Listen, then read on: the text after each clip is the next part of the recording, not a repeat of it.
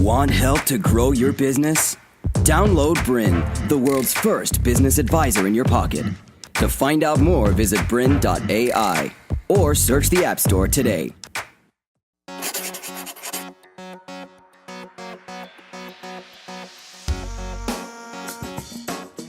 Hello, I'm Jesse Forrest. And I'm Kate Toon. And welcome to Write for Business. This is the show where we teach you how to write the right words to attract more sales, leads, and customers. In this episode, we're going to be talking all about email copywriting and how to write emails that get you more clicks and more customers. But before we get to that, Jesse, I wanted to know, did you always want to be a copywriter? Well, actually, it was the first year of high school, and I was visiting my grandmother, who's a journalist at the time, and I thought, before I start high school, I really need to know what I should be doing when I leave it. Mm-hmm. So that day I decided I'm going to be a writer when I leave school, and it happened. Here you are. Here we are. What about yourself, Kate? When did you know you wanted to be a writer? I'm still not sure if I do want to be.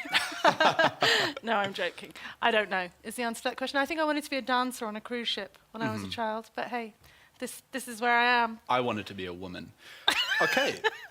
So, what is email copywriting? Well, the definition I have here is that email copywriting is the art and science of influencing your email recipients to open, read, click, and take action after reading your email messages.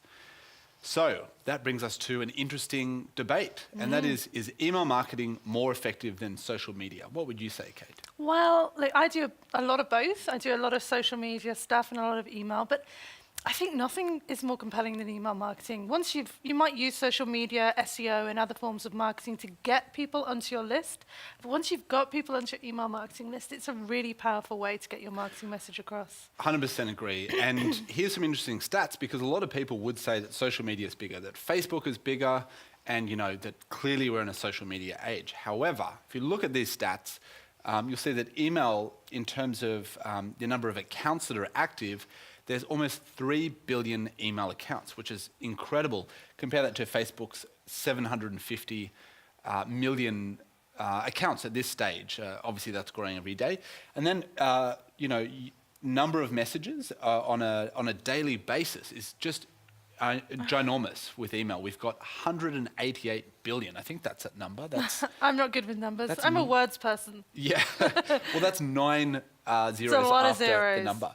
And then compare that to number of messages, or I should say updates a day on Facebook. It's only 60 million, again, at the time of video. So clearly email is still a far bigger beast in terms of communication, not only accounts that are active, but also, daily communication and all of that. So let's look at our statistics. I love a good statistic. You're obsessed with statistics. I can't even say it, let alone come up with them. So you go with this one. So I better handle this one. So for every $1 spent on email marketing, the average return is $44.25, according to Experian.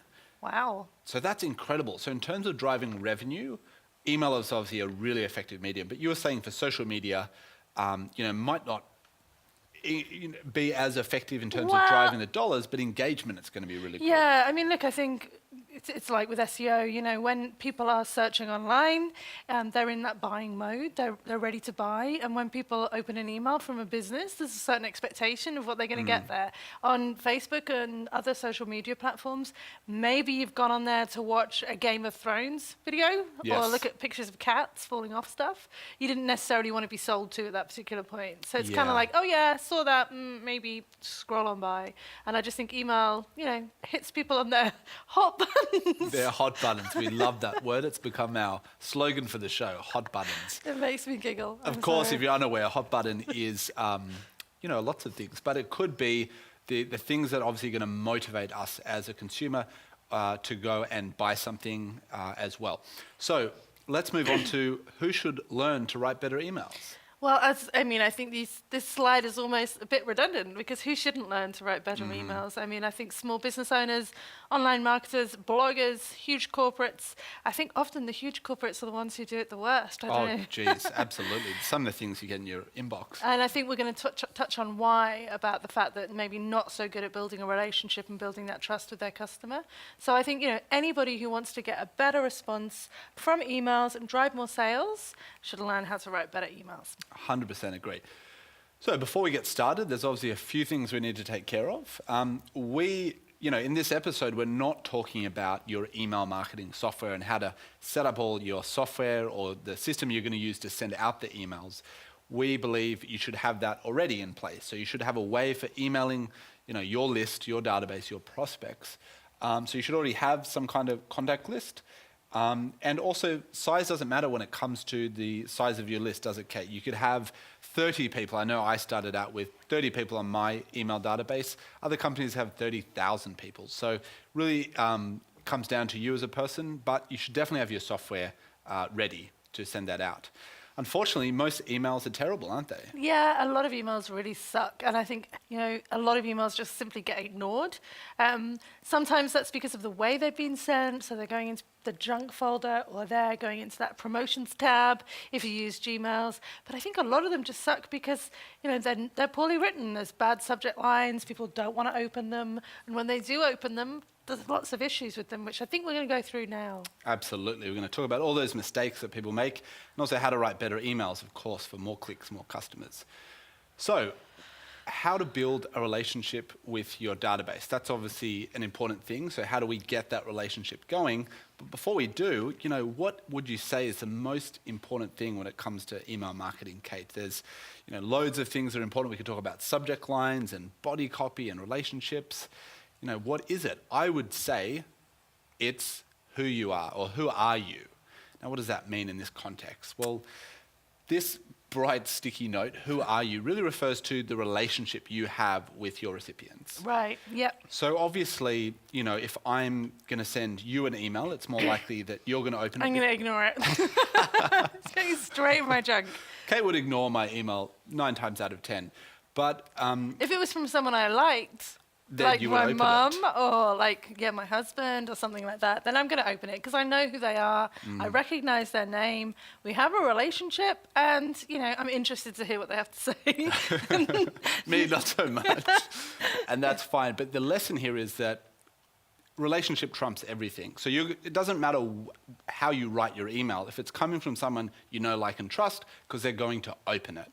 However, if it's coming from some faceless corporation who you have no relationship with, you've never heard of them before, it doesn't matter how great their email copy is, you're not probably going to open it. You're probably going to delete it or ignore it.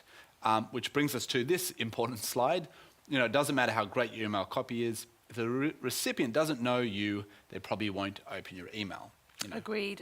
And I think often if you don't have that immediate recognition, you can almost have the ante that it's going to be a junk, that it's going to be something dodgy. There's so many spam emails go out. So many people are worried about viruses. Mm-hmm. So it has to be really quickly recognizable as well. Yeah, absolutely. So here are some tips on how to build a relationship with your email list. I think one of the things is to really send valuable content. So consider what you're going to put in your email. That sounds pretty obvious, but really save your emails for the most important content that you have to send. And think about how often you're going to send those emails. So it can be tempting to, every time you've got an offer or something new to say, that you bang out an email to your list. But people are going to get very weary of that very quickly. So, send only your very best, your most valuable content to your readers. And as we've already said, if they know, like, and trust you, they'll be more likely to buy from you. But another point here that I think is really important, and we might touch on it later, but lots of people send autoresponders. So once you do sign up to a list, you get a series of emails straight after you sign up, and they may come at like weekly intervals. And I think one lesson that I've learned is it's really important to give and to give and to give and to give, and then to sell. So, if you've got an opt-in offer where you're giving away something for the exchange of the email address. So, for example, I have like a SEO checklist. I'm sure you have. What do you have on yours? Do you have anything? I have a series of videos. Video series. Yeah. So that's hugely valuable content. That's stuff that people would pay for.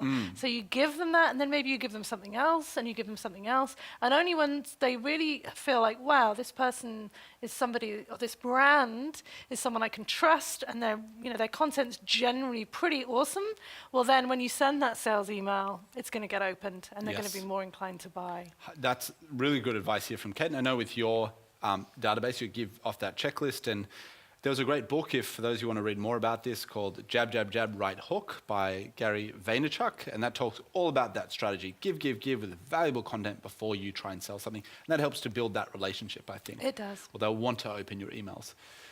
Okay, let's move on to some of the common mistakes, the 7 common email mistakes to avoid that you and I probably see all the time when we're writing email copy or just opening our emails from other people. So let's talk about mistake number 1, and that is when you send an email from a company and not from a person. So, I might send, if I made this mistake, I'd send it from Copywriting Crew, would be the company name I'm using instead of Jesse Forrest.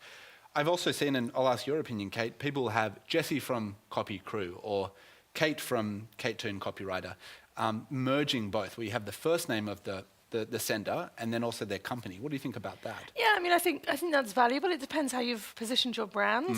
If you are known on your Facebook page or wherever it is as, Kate or Jessie, and people aren't so familiar with your second name, that's fine. And if you've built up a very strong brand, that can work as well. And I think especially for larger corporations, where it's not just a one-man band or a one-woman band. It's maybe Commonwealth Bank sending you an email. We don't want it to come from CommBank. It's slightly better if it comes from Sue at CommBank. Yes. But Sue Jones at CommBank, well, I don't know who Sue Jones. I don't know. It's tricky. You need to kind of work that out. I think. Tricky, and it will depend on your market and your recipients to your emails. But certainly, if you can, avoid from sending just a company name, because that's obviously not very personal, and we'd rather receive emails from a person. And mistake number 2, and we're going to take you through some top tips on this in a minute, but is really boring subject lines. So they're boring, or they're a bit spammy sounding, or they include spam trigger words. Some words will actually trigger emails to go into your spam. The things like free and money and dollar values and things like that. Or they're just really vague and unspecified and irrelevant. So it's like, why are they sending me this? I have no interest in it, So we've got a couple of examples here, and poor open rates, because obviously in order for people to read our emails, they need to at least open them in the first place. Yes. So, we want people to get past the subject line to the content. So a couple of these examples here. Which ones do you think are good, and which ones do you think are... Well, these are the worst of the worst. So I know MailChimp is a provider you mentioned earlier, and MailChimp, even if you Google worst email subject lines, you'll get different graphs like this. Yeah. These had at the worst, only 1% open rates. Almost no one was 99%. To continue enjoying this presentation, download BRiN, the world's first business advisor in your pocket. To find out more, visit BRiN.ai or search the App Store today.